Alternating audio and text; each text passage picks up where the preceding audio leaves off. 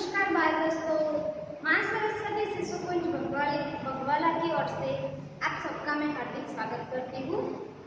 कैसे हो सब? मजे में हो ना? हाँ, तो बाल दोस्तों एक्टिविटी करने में मजा आया ना?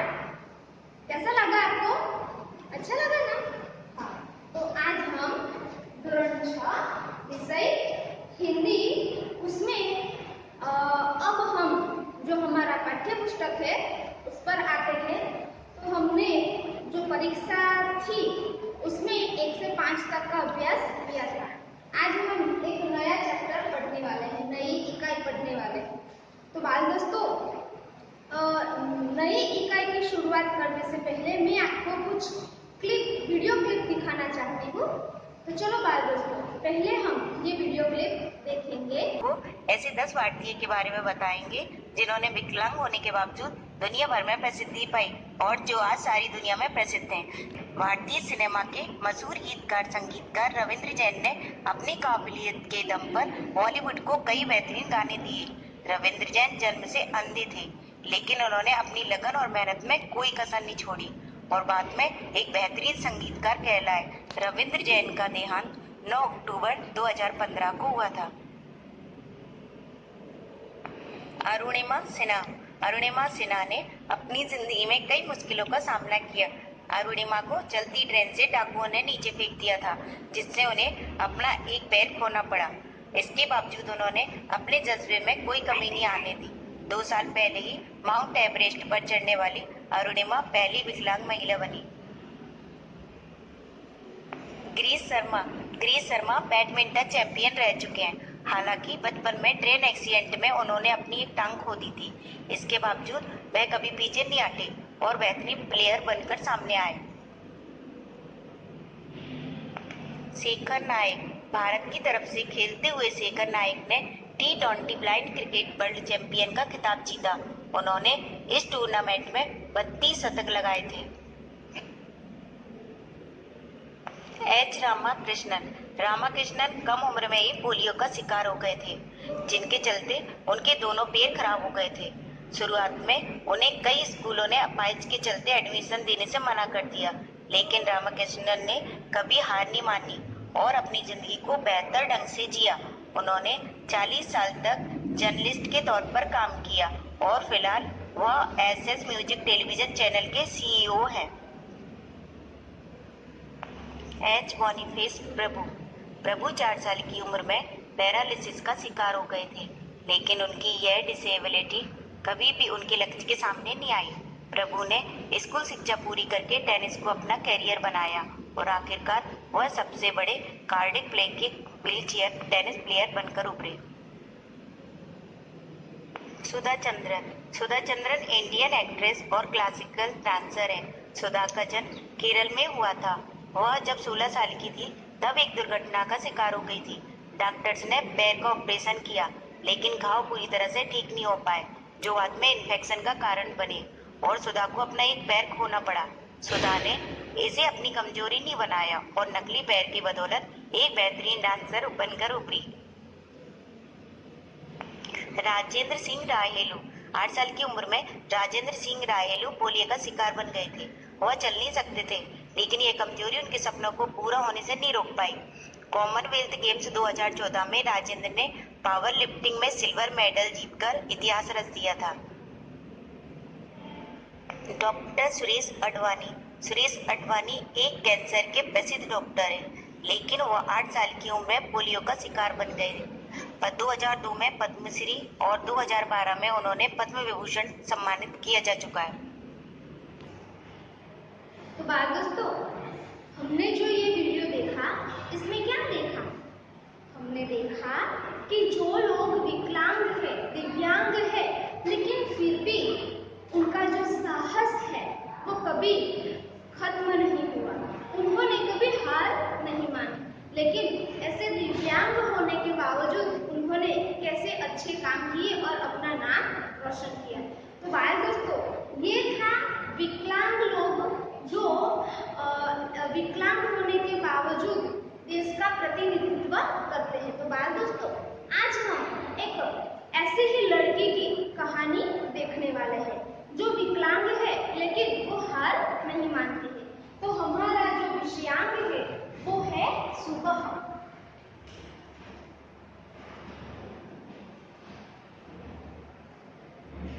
तो ये जो पाठ है इसमें रेशमा की बात की गई है। जो रेशमा है उसको पोलियो के कारण विकलांग हो जाती है। पोलियो की बीमारी से बच्चे विकलांग हो जाते हैं। बच्चों को इस बीमारी से बचाने के लिए उन्हें पोलियो की दवा पिलाई जाती है। इस सच्ची घटना में यहाँ हम जो पढ़ने वाले हैं वो एक सच्ची घटना है। तो इस सच्ची घटना में पोलियो विकलांग बालिका रेशमा अपनी सूझबूझ और साहस से काम लेती है। उसकी शारीरिक कमी इसके इरादों में कभी बाधा नहीं बनी। वह जिंदादिली एवं परिश्रम से अपना जीवन कैसे जी रही है इसका निरूपण इस घटना में किया गया है। तो चलो बाल दोस्तों, अब हम रेशमा की जो ये घटना है सच्ची घटना वो देखेंगे। सुबह सुबह रेशमा ने देखा कि घर के सभी लोग सफाई में व्यस्त हैं। सवार सवार में जे रेशमा नामनी छोकरी है रेशमा, तो સવાર સવારમાં એને જોયું કે બધા જ આ ઘરકામના સફાઈમાં વ્યસ્ત છે। કોઈ સામાન ઝાડ रहा है तो कोई मकड़ी के जाले उतार रहा है। શું જોયું રેશમાએ કે કોઈક ઘરમાં જે બાવાથી છે ને ઝાડા એને પાડી રહ્યો છે, કોઈક સામાન ખસેડી રહ્યું છે। રેશમાને સોચા જરૂર આજ કોઈ ખાસ વાત है। એટલે રેશમાને શું લાગ્યું એમ કે નક્કી આજે કંઈક ખાસ વાત હશે। માં આજ કોઈ ખાસ વાત है। જે રેશમા હતી એની માં પાસે જાય છે અને પૂછે છે કે માં આજે કોઈ ખાસ વાત છે। सब इतनी सुबह उठकर घर की सफाई में जुटे हैं એટલે કે લાગી જાઓ એમ કે બધા જ સવાર સવારમાં આ ઘરના કામમાં લાગી ગયા। રેશમાને ઉત્સુકતા से પૂછા એટલે ખૂબ જ ઉત્સાહથી એને એક વિચાર એના મનમાં મોટો વિચાર આવ્યો કે ભાઈ આ શું છે બરાબર। એટલે એણે એ રીતના પૂછ્યું। એટલે એની માં શું જવાબ આપે છે, हाँ बिटिया रानी त्योहार के दिन है। શું કહ્યું, हाँ बेटा એમ કે त्योहारना દિવસો છે। भूल गई क्या, भूली गई શું? पहले से ही साफ सफाई हो जाए तो अच्छी तरह त्योहार का आनंद ले पाएंगे। શું થયું, સવાર સવારમાં રેશમાએ જોયું કે બધા જ ઘરના કામમાં વ્યસ્ત છે। એટલે રેશમાને નવાઈ લાગી કે ભાઈ આજે સવાર સવારમાં બધા કેમ ઘરકામ કરી રહ્યા છે। એટલે એને એની માં પાસે જઈને પૂછ્યું કે માં આજે શું વાત છે, બધા કામમાં લાગી ગયા। એટલે માએ કહ્યું કે તું ભૂલી ગઈ બેટા એમ કે તને ખબર નથી આપણે તહેવાર આવે એટલે એના થોડા દિવસ પહેલા જ સફાઈ કામ કરી લઈએ છીએ। माँ ने प्यार से रेशमा के गाल को सहलाते हुए कहा અને પ્રેમથી રેશમાના ગાલને કંપાડતા માએ જવાબ આપ્યો, ओह मैं तो एकदम भुलक्कड़ हो गई हूँ, पर माँ आपने मुझे तो कोई काम सौंपा ही नहीं, मैं क्या करूँ बताओ माँ। એટલે રેશમા શું કહે છે, અરે હા મારા તો મગજમાંથી વાત નીકળી ગઈ, હું તો સાવ ભુલક્કડ થઈ ગઈ છું, પણ માँ તે મને કેમ કોઈ કામ ના સોંપ્યું, મને પણ કંઈક કામ આપ, હું શું કરવા લાગુ તને। अच्छा चलो पहले नहा धोकर तैयार हो जाओ। એટલે રેશમાની મમ્મીએ શું કહ્યું, સારું ચાલ એમ કે તું પહેલા સરસ મજાની નાઈ ધોઈને તૈયાર થઈ જા, फिर बताऊंगी बहुत से काम है। એટલે કે પછી તને કહું આમ પણ ઘણા બધા કામ પડ્યા છે। मैं भी आपकी मदद करना चाहती हूँ,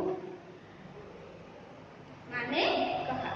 એટલે રેશમાએ એની માને કહ્યું કે માં હું પણ તમારી મદદ કરવા માંગુ છું। रेशमा ने नुआसे स्वर में कहा, मदद तो मैं जरूर लूंगी, मैंने तुम्हारे लिए कई काम सोच रखी है। तेनी मां શું કહે છે, હા કે મેં તારા માટે પણ કેટલાક કામ વિચારી રાખ્યા છે। ના ધોકર નાસ્તા કર લો फिर बताऊंगी। એટલે તું સરસ નાઈ ધોઈને સરસ તૈયાર થઈને નાસ્તો કરી લે પછી હું તને કામ સોંપીશ। कहते कहते माँ ने रेशमा को उसकी पहल वाली कुर्सी पर बिठा दिया। હવે જો રેશમા જે છે એ પોલિયોનો શિકાર બની બનેલી છોકરી છે, એટલે એના બંને પગ કેવા છે? ચાલી નથી શકતી, એ ચાલી નથી શકતી, બંને પગ એના નકામા થઈ ગયા છે.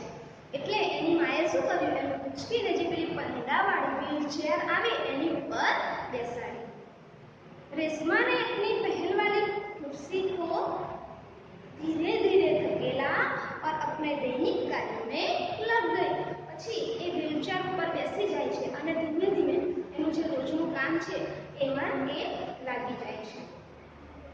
रेशमा जब 5 साल की थी तभी से उसके दोनों पैर काम नहीं करते थे. जो એ જ્યારે 5 વર્ષની હતી ત્યારથી જ પોલિયોનો શિકાર થઈ ગઈ અને 5 વર્ષની થઈ ત્યારથી જ એના બંને પગ નકામા થઈ ગયેલા. उसे बहुत तेज बुखार हुआ और घुटनों से नीचे दोनों भाग एकदम बेजान हो गए. तो શું બન્યું હતું? શું ઘટના બની હતી કે એના બંને પગ નકામા થઈ ગયા? તો કે એક દિવસ એ જ્યારે 5 વર્ષની હતી ને એના પહેલાની વાત છે કે એક દિવસ એને ખૂબ જ તાવ ચડી જાય છે અને પછી એના જે ઘૂંટણથી નીચેના જે ભાગ છે, નીચેનો જે ભાગ છે એ બંને બેજાન એટલે કે હાવ જાન વગરના હોય એવા નકામા થઈ જાય છે. बहुत इलाज करवाया पर रेशमा के पाँव में जान नहीं आई. બહુ જ દવા કરાવી પણ એ જે બંને પગ એના નકામા થઈ ગયા હતા એમાં કંઈ ફેરફાર કે કંઈ સુધારો થયો નહીં. ઉસે પોલિયો હો ગયા. શું થયું? જો તમે બધાને ખબર છે, તમે તમારી મમ્મીને પણ પૂછજો કે તમને પોલિયોની રસી પીવડાવી જ હશે. આપણે જ્યારે નાના નાના હોઈએ ને ત્યારે આ રસી આપણને પીવડાવવામાં આવતી હોય છે. તો આ જે રેશમા છે એ આ પોલિયોનો શિકાર થઈ ગયું. જો એની ખામી હોય એટલે આપણા બંને પગ એ સીધી પગ પર ઉપર અસર કરે અને આપણે અપાહિજ થઈ જતા હોઈએ છીએ. એ પોલિયોનો શિકાર થઈ ગઈ, એના બંને પગ નકામા હતા પણ જો રેશમા છે ને એનામાં કેટલી બધી હિંમત છે. रेशमा बहुत हिम्मत वाली लड़की थी. शुरू में उसे जरूर दूसरों की सहायता लेनी पड़ी परंतु अब 11 साल की उम्र में वह अपने सारे काम स्वयं करती है. जो नानी હતી ત્યારે એને મદદ લીધી પણ જેમ જેમ મોટી થતી ગઈ એમ એમ એણે બધા જ કામો એની જાતે કરવા લાગી જાય છે. એ ખૂબ જ હિંમતવાળી છોકરી છે. वह अपने परिवार पर अपने काम के लिए निर्भर नहीं रहना चाहती અને એના પરિવાર જે છે એ એવું માનતી હતી કે હું મારું કામ મારી જાતે જ કરી શકું એટલી મારામાં હિંમત હોવી જોઈએ. परिवार के सभी सदस्य पिताजी, छोटा भाई गोलू, दादाजी, दादा सभी उसे बहुत प्यार करते थे. जो એમના પરિવારમાં કોણ છે તો કે એક તો એના પપ્પા, બરાબર, એની માતા, એનો નાનો ભાઈ છે એનું નામ છે ગોલુ અને દાદા અને દાદી. આ બધા જ એને ખૂબ પ્રેમ કરતા હતા. હવે सबकी आंखों का तारा है. सबकी आंखों का तारा होना यानी बहुत प्यारा होना है. तो जो रेशमा है वो सबको प्यारी है. माँ ने रसोई घर में सारे बर्तन, डिब्बे, बोतलें नीचे उतारकर साफ कर दिए थे.